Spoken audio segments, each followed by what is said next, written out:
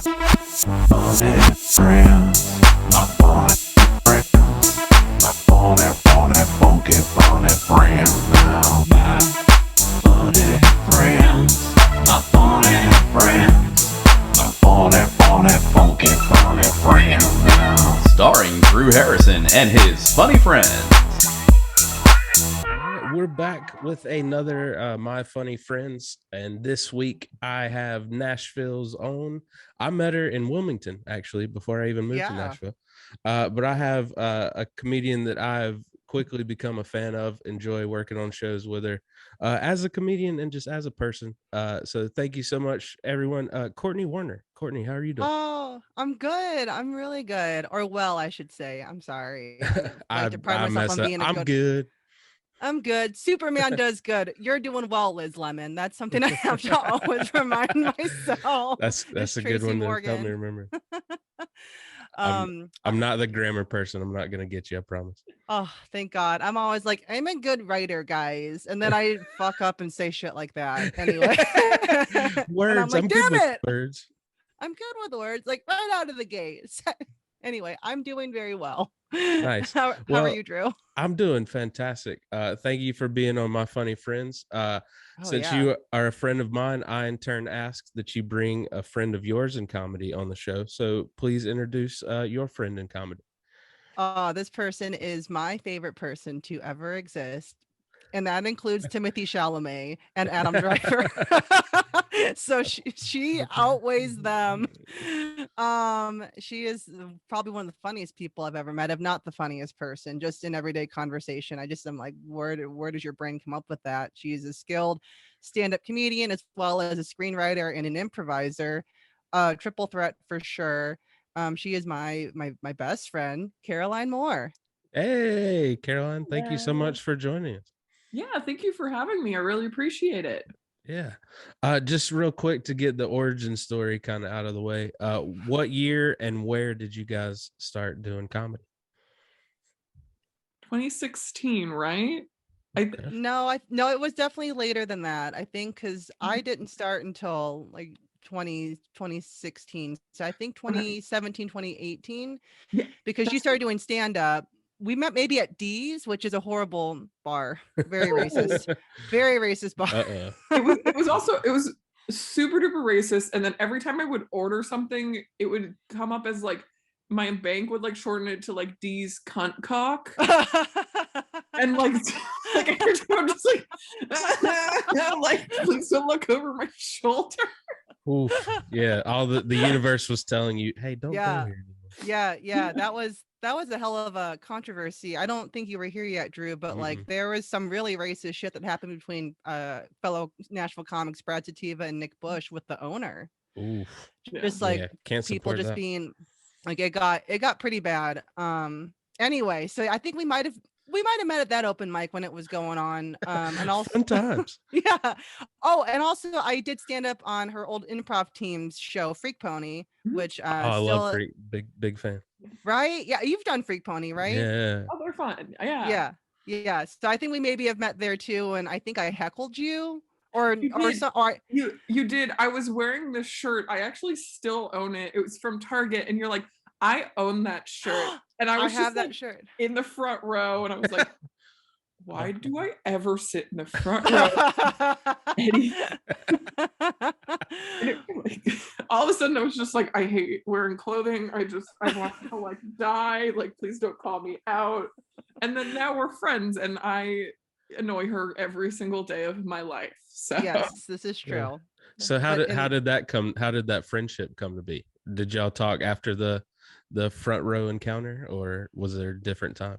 I don't know if it was that specific time, because I remember doing the Freak Pony show. It was me and Melissa McKnight and Josh Wagner as the stand-ups, and we kind of kept to ourselves, I remember, because it was a little overwhelming being in like I'd never done a show with improvisers at that point. So it was a lot of people and a lot of things happening at once in that little green room.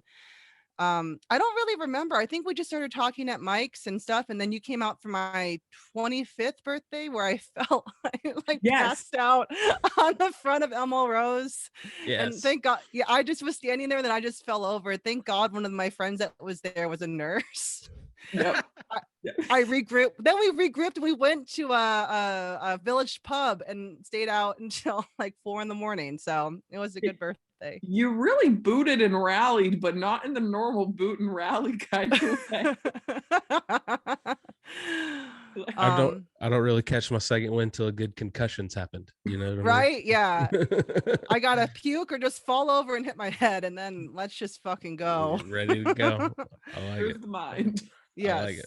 But I think that was what really cemented being friends. It's just like I just was inviting a handful of folks from the comedy community at the time, and Caroline was coming out to Mike's and super funny, and I was like, oh, I want to be friends with this girl. She's super cool. So that was kind of, I think, I would say that's probably our first like hangout. I think Nice. so. Yeah. Yeah. And then we go and get tacos like every week. And then Oh yeah, Moss Tacos. Weekly like, all the tacos. time. oh yeah. Yes. Love Oh it. yeah. And then So- that was it. Yeah. Now, do you guys have any weird like stories of like shows you've done together over the years, or like what Yeah. anything that comes to mind in that category? Oh, Yeah, I can see okay. by the faces that yes. Yeah, I'll kick it off since it was technically the show that I produced, and I feel bad. I feel guilty about it all the time. It was at a time in the comedy scene where a lot of shows were getting like canceled and venues were shutting down and stuff. So I was like, hey, how about we do like an outdoor show and make it a big kind of like a festival-y kind of thing with like, you know, people can drop in and do guest spots, whatever. So I had like it was at the now defunct Fond Object in East Nashville, right across the street from Village Pub, like over Riverside Drive, that kind of area. And it was like, by all accounts, gonna be a banging show. Like I had a great solid lineup that I was like that I was advertising, and then people could come up and do guest spots. And it was a fairly long show, but it felt more festival-y, I feel like, because we all hung out, then we all went out for drinks after. But it was a little bit longer, only because I was nice and I gave these 2 out-of-town comics guest spots.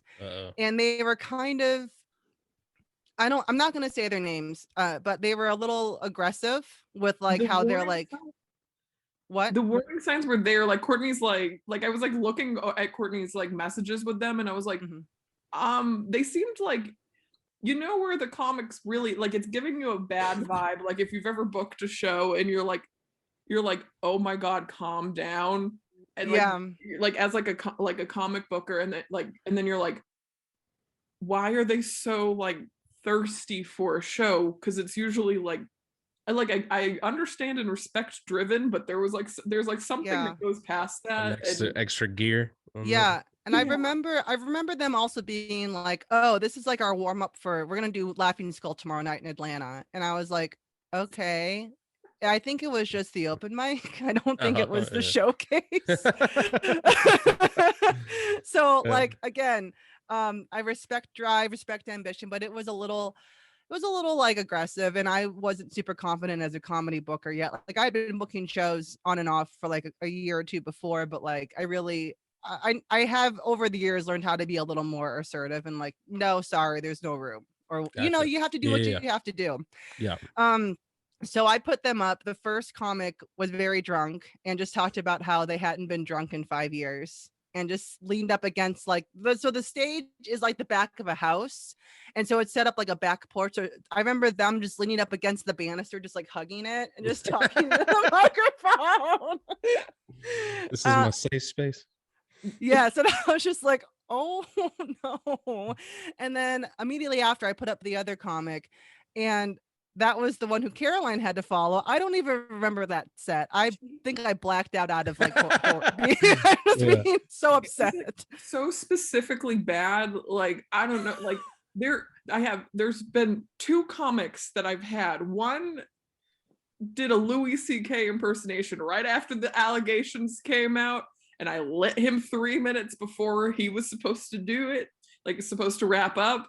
And the other one was this woman who wore platform shoes to an outdoor show in a backyard while she's hammered. So then she does like this like stumble thing before she like even gets to the stage, and I'm just watching and I'm like, oh no. I'm like, maybe she's got like drunk white girl like pizzazz, and she's the powers. But like, yeah, I'm like, power that be. Yeah, like she could just be a fun like white lady that's like, I'm drunk, like yay, like, and then just tells like a overly explicit sex story. Yeah, that would have been fine. But she decides to insult all of, like, she was in Nashville for like 3 days and decides to just like say everything that was wrong with Nashville as a tourist. Great. And it was just like and everyone had been doing pretty well until that point, and then it was just like, it was a struggle. The rest of that show was definitely an uphill battle, and I felt bad that Caroline had to go right after. And so I get up on the stage and I'm just like, oh my god, there's literally no joy in this goddamn fucking year. Like I don't know, like it's like one of those things where, like, if you've ever like went into a restaurant like to meet up with like a couple, and you could clearly tell that the couple had an argument in the car right before you went to go eat with them. The tension. Yeah. That level of tension where you're like, oh, I'm gonna third wheel somehow at my own birthday party. Like that. Yeah. Oh no. Oh, it was so bad. So I started telling jokes, and I just like, there's like no laughs, and I'm just like standing there. I was like, y'all can just boo me, like just boo me. And so the Get it out of your system. Just starts booing me, and because I'm like, I don't even care anymore. I was like, we can just boo at like just everything, just boo life. Everything. We're booing life right now. Yeah, because it was like one of those things where I'm like, there's no way that, like, I'm like, I can be the common enemy here. Like, we can all boo me. I feel like we went through something together. We need to get some energy out deep down in our souls. Just let it out. Across the board. That was a hell of a show. I feel like then we went to Village Pub afterward, and I remember at one point you just looked at me and you're like, I'm out of here. And then you ran out the door because there was somebody there that was interested in her romantically that did not take the no thank you for an answer. What a day and they for showed you. up. Good God. I know. So they showed up, and I remember thinking, oh no. And I guess they showed up because Caroline was on the show. Like, I don't know what they saw. Maybe it was just they saw like a lively group of people. They happen to be in the area, a little too specific for them just to be there. And as soon as they walk in, I just see Caroline, and she's like, I'm out of here. And then just runs out the door. And that's the last I saw you. That's those days where you're just like, you know what? Should have never left the house. I'm going to go back. I'm going to go back home. I know those days. I know those days. Yeah. Just take a shower and try again. Yeah. Well, any the weird, terrible story, but any like show you guys did together that was just amazing that you were like, man, this is awesome. Trying to think of one that sticks out. We have had good shows together. Yeah. But isn't that funny though, how the bad ones just stick out so much more? Yeah. It's like, yeah, you're like, oh man, it's like, was this an actual trauma that occurred? Yeah. This is scarred. This is scarred in my brain right now. I have scar tissue from that. I'm like, do I have to read The Body Keeps Score now? Yeah. I think I feel like most all of our other shows were pretty by the book. Like, we did a lot of stuff at the Cobra at the time because they were doing a lot of stuff there. Crying Wolf was another one where they had a lot of shows. Oh yeah. I do remember we weren't on it together, but I think you were on the Crying Wolf show that MK Gannon was doing, and I wasn't on the show, but I came and supported it, and I remember thinking, God damn, this woman is so funny. So yeah, that's like just So I think just in general we generally had a good time together. Going around doing comedy stuff, and Caroline was still doing quite a bit of improv at the time too. So we spent time. I spent time watching her do improv and stuff like that too. So. Oh yeah. Nice. Oh, and we did that weird that improv class with the guy from SNL that was only on SNL for like a season. Yes. Oh, and we also did fun. We did the Office parody. Yes. Boy, how the fuck did I forget about that? Think of that. Oh, that's awesome. Because I know it's a visual medium as well, so the audience needed to see that. So, I think 2018, another MK Gannon production. She found the script.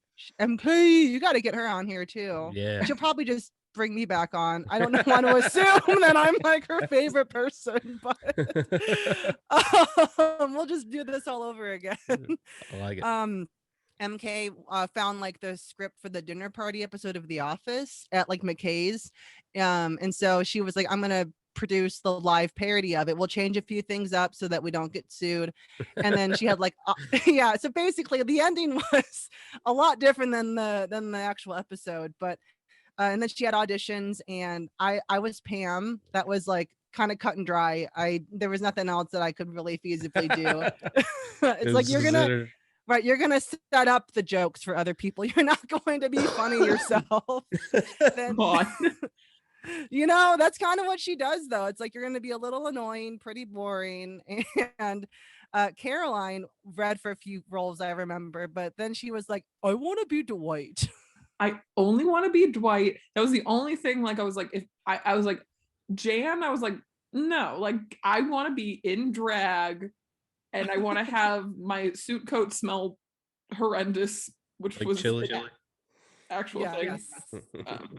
Yeah. And then with the middle part with the little bangs, she got the middle part down and the glasses. Oh, that's fantastic. I looked more like, I don't know how familiar you are with The Office, Drew, but like I looked more like Karen when her and Phyllis went out for like a sales call and they went and got their makeup done. So that's more other like bright like blush and like the curly wig. I looked more like her. Well, it's a parody, you know. You don't want to look too close like the real thing. Yeah, true. You're just trying not to get sued. You're being smart about it. I was just trying not to get sued, you know. And that was a really fun show. We did two showings of it the same day, sold out both shows. That's awesome. Which was really, we didn't expect it to like sell that well, and then we made like we made a lot of our own props and stuff. And it was, I actually have I had a bunch of Bath and Body Works candles because they had a sale, you know. We all know how this goes. We had so many, and she like came in and she's like, I don't know which ones to like pick, and we're like, she had like I had like 12. Yeah. I had a whole box of like these 3 wick candles. Again, they had like a huge sale. Yeah. And so I think it was Caroline, were you the one who made like the Serenity by Jan stickers? No, someone did, but yeah, they did a really good job. And it was like, yeah, we did. I still have some of those candles too. I gave one away as a gift. I should consider doing one as a giveaway at some point, but there you go. But yeah, I mean, sold out shows, it warrants that. But yeah, I mean, but you can tell when, you know, the group cares about a project, you know what I mean? It shows, like people go the extra mile to make sure their costumes on point, or they built something for the design. Like, that's awesome. Y'all came together and put that together. Do you guys enjoy doing stand-up comedy together or improv more together? I as a general rule, I prefer stand-up just in general. I'm better at it. It's been proven by all the times I've not made any teams at Third Coast that I'm just better. Like, they're like, thank you for showing up today. It's like, okay. They did that to me too. So I think it's just like one of those, I'm like, oh, and then I did improv at like IO and stuff. And then I was like, oh, all right. Okay. I guess I'm only good in some places. I was going to say Caroline has a hell of a background too, because she went to DePaul for her master's in screenwriting, got distinction for your final project, also did improv at IO, Second City. And were those the 2 that you mostly did? Yeah, I did one stand-up show at The Annoyance. That was like stand-up, and then you did karaoke after. And that was the greatest. Like, if you guys need a show idea for Nashville, this woman, Mary Kelly, I want to say, from Chicago, she's super funny. But yeah, that was like her whole thing. And then, yeah, it was a good show. But yeah, definitely, nice, fun idea. Yeah. So Caroline has a hell of a background. So we don't really get to do improv in the same arenas, and she's a lot better than I am. Oh my God, I feel like I just am like with my mom that like supports me all the time. And then I'm me? Like, yeah. I'm like, Courtney's the best, and she's so nice, and she's so funny. And one time she had a joke and it made me like choke on my water when I just saw you in the audience. Wait, which one? It was the one where you like were, and this is a long time ago. You were asked to be an extra on the cast of Nashville. Oh my God, and then that's you were an like, old one. I can tell I'm like whatever. It was like you're super pretty, but it was like one of those things where it was like I can tell I'm not attractive because they sit me in the back of the whole Ryman Auditorium. Yeah, And I'm just they did. oh my God. I'm glad that that one I stopped telling because I think I just lost the spark. But I forgot. It's always fun to bring stuff back, you know. It is. It's fun to. I had someone tell me I should bring up. I had a joke about interracial dating that I tried to make work, and I'm just about like me dating white men is not that exciting. It's not like thought provoking. The New York Times isn't going to write a think piece about the types of guys that I date, except for if I get abducted or something, I guess. But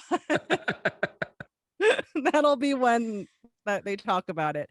And I hadn't told that in a long time. And then I think it was Sarah Fye who's like, oh, you should tell that joke again. That's funny. And then I brought it back for a couple of shows. So it is fun.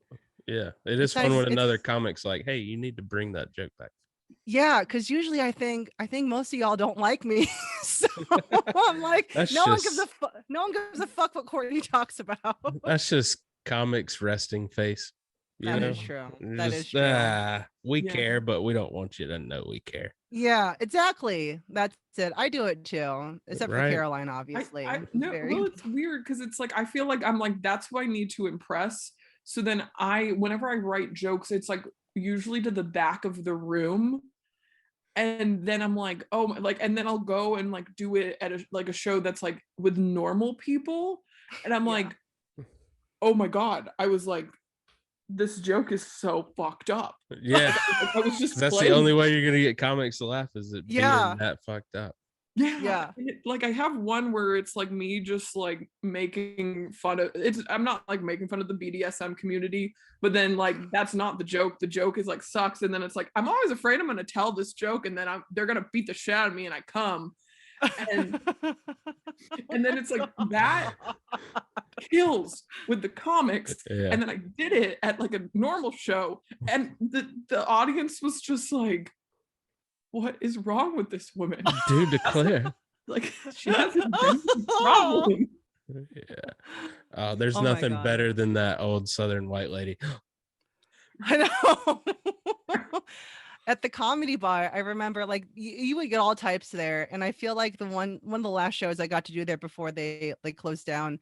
They're gonna reopen. I don't want to spread rumors that they're not reopening. They are reopening. But anyway, I remember there was like a whole table of like middle-aged white ladies, like in their like, you know, with their big necklaces and their tank tops and their white pants. You can picture one of them that had vibe. a hat. One of them had a hat. Yes, one of them definitely had a hat, definitely like the shorter haircuts.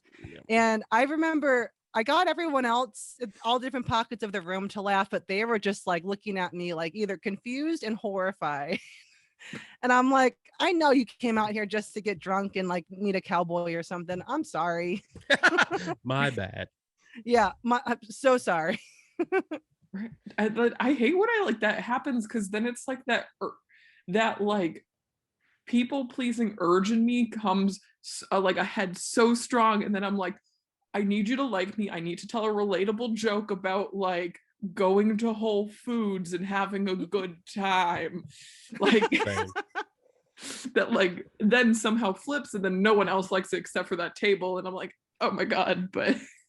I have that switch too, you know, where I'm like, I mean, we've all been there where the only people we can look at is the people with the arms crossed in the front row. Like everyone else is having a good time with that one person, and you're just like, you're zeroed in on them. Although I feel like, Drew, though, you can kind of move between those worlds, so you are the bad boy clean comedy. Yeah, I'm glad it's getting around. Oh no! I like have said so many swears and stuff. Oh my God! No, he's not clean, but he can be. I can be, yeah. I like to walk that line when I need to be. You know what I mean? This is this is on the Christian network at my local church. It's going to be every Sunday. From Cross Point, broadcasting from Cross Point right now. We've actually been using this for the youth studies, but you know, I guess we can't this time. You know, oof, all right. Yeah, they can learn educational about the BDSM community. We actually got Veggie Tales old time slot, so we actually took over for Veggie Tales. That was my jam growing up, man. I loved it. Oh yeah. Oh, it was I- so good. No, you curse away, madam.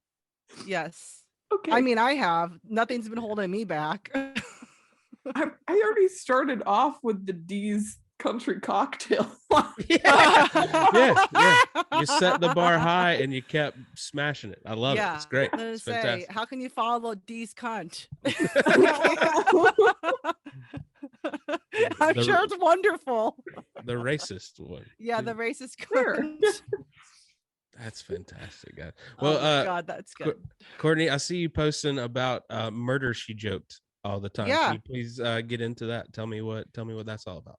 Yeah, I also have a podcast. I actually have two, but we'll talk about the one right now. He's like It's 4. no, I only have There's two. like 7. Yeah, I have like 12. It's like whatever, you know. Murder She Joked is we're like a sketch / improv team. I'd say we're an improv. We started as an improv team. We did classes together, all met, became friends.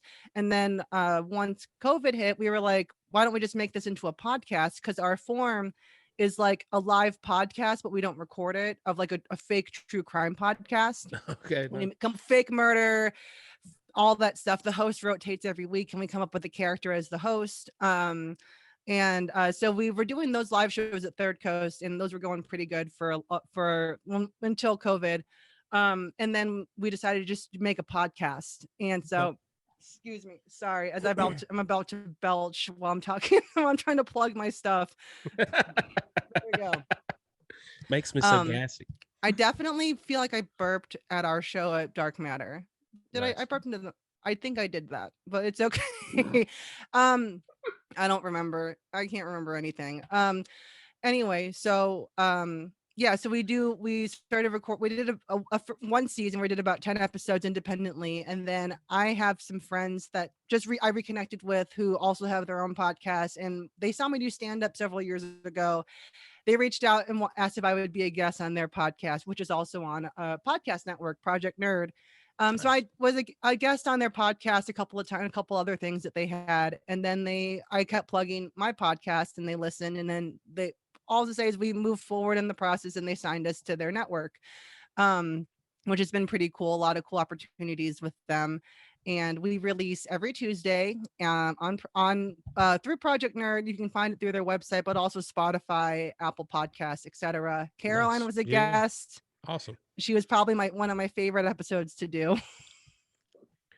We had a great Jerry Seinfeld impression on that episode and some bees. Yeah, I was about to like I had a Jerry Seinfeld impersonation, then I started it and I was like, oh my God, I don't have a Jerry Seinfeld. And like, so this other, like, I was like so confident. And then the other woman, like, thankfully, because there's a lot of like editing and everything.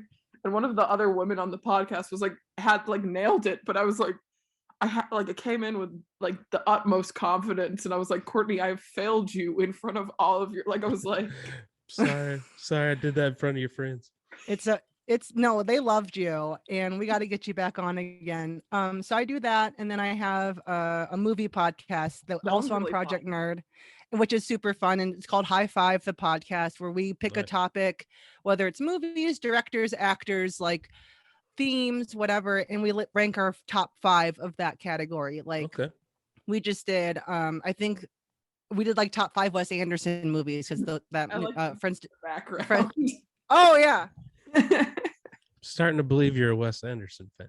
Oh, just a little, not a big one. Okay. No, not. I didn't bleach my hair and get a fur coat for nothing, you know. I didn't cut my finger off though, so I do know a girl who is that big of a fan of the Royal Tenenbaums. I know a friend of a friend who she tried to cut her own finger off. I think there were some other issues going on there. I don't know. All right. Anyway, so those are my 2 plugs. Yeah. Caroline, do you have any projects or social media or anything you want to talk about? Yeah, I don't have like any projects right now. I'm doing improv just in Boston.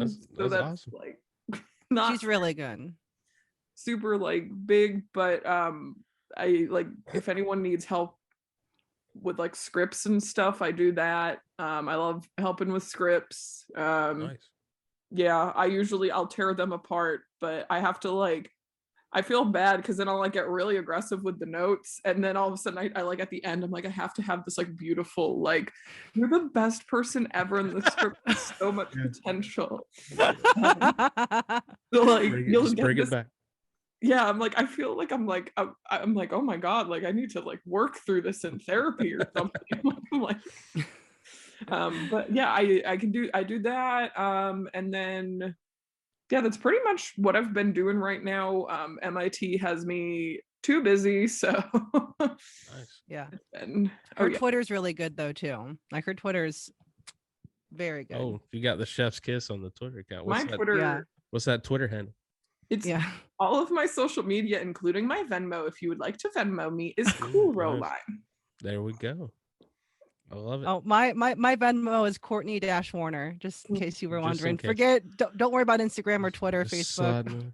Yeah, slide But into this that. is the only one that matters. You know what I mean? Yeah, because Yes. you don't get paid from the other ones. You just No. get likes, even that. Right. You get happiness, I guess, from those likes. Yes. That's about it. Get a lot of serotonin, which is what I pay my doctor to prescribe me. So there's that, I guess, too. See, you get paid in other things other than drink tickets from time to Yeah, time. yeah, right. Or exposure. Exposure. Sorry, that's all Yeah. you get on this podcast. I apologize. No, that's fine. I was ready to come hang out with my buddies, and I also took some screenshots, so Perfect. we'll make it look like it's a big production. Look at that. It Oh, is. Look at that. I like it. I know I used 2 different lights today, so I just wanted to tell everyone I feel I so really special right now. Me I too. You planned. look great.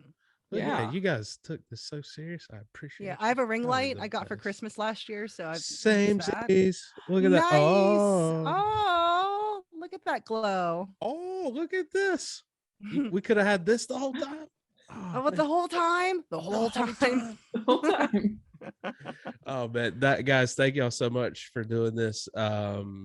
Everybody hit that subscribe button. Please go follow Courtney and Caroline. And thank you guys again. We'll see you next episode. My funny friends, my funny friends.